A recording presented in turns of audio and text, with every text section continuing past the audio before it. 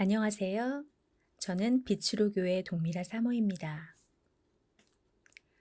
앞으로 몇 시간이 될지는 모르겠지만 성경을 공부하면서 함께 읽어보려고 합니다.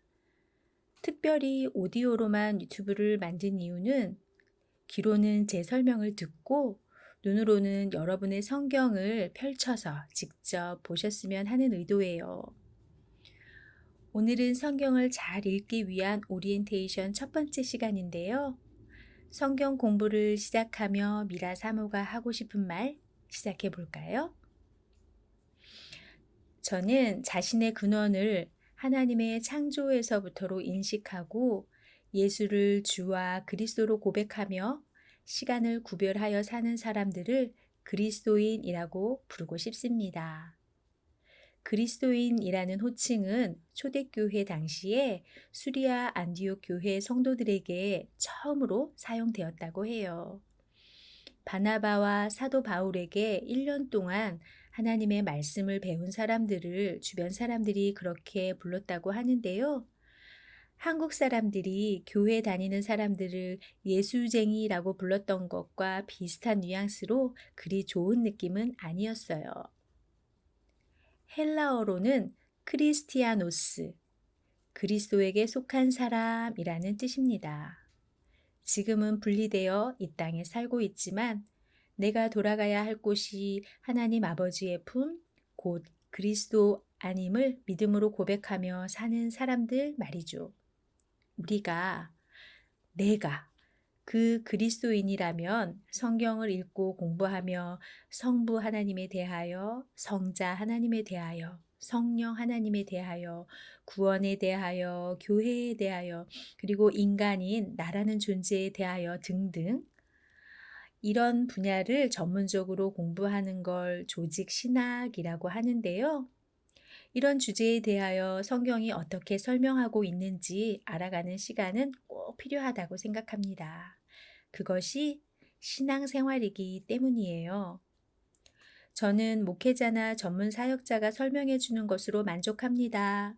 라고 말하는 사람이 있다면 그 사람은 종교개혁 이전 시대를 살고 있는 거예요. 우리 손에는 성경이 들려져 있지 않습니까?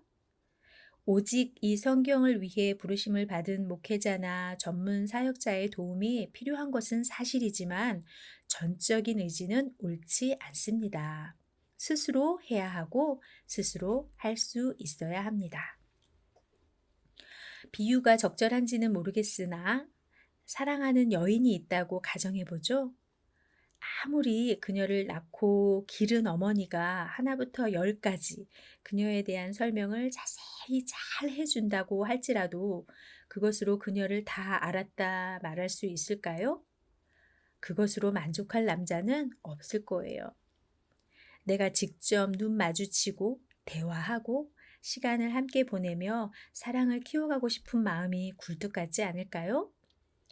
그래야 진정한 사랑이 싹트기 시작할 테니 말이에요. 어머니가 전해주는 이야기를 들으며 상상만 하는 것과는 비교도 할 수 없는 달콤한 시간이 펼쳐질 테죠. 물론 그녀와 시간을 보낸다고 사랑이 완성된 것은 아니지만 말입니다.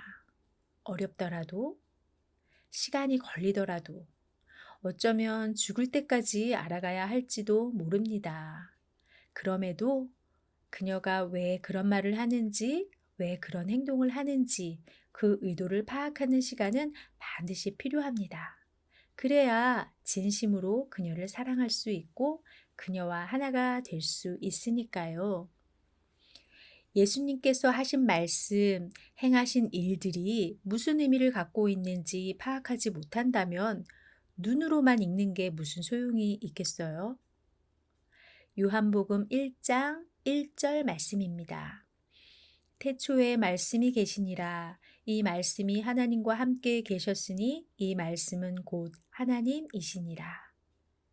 말씀이신 하나님을 만나기 위해 성경을 읽고 그분의 사랑을 알기 위해 참고 서적도 읽고 자료도 찾고 필요한 부분이 있다면 달달달 외워도 보기로 해요.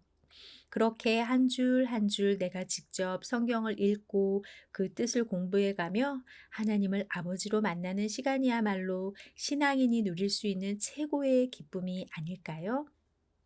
하나님과 나 사이에 중보자 예수 그리스도 외에는 그 누구도 있어서는 안 된다는 사실도 잊지 말기로 해요.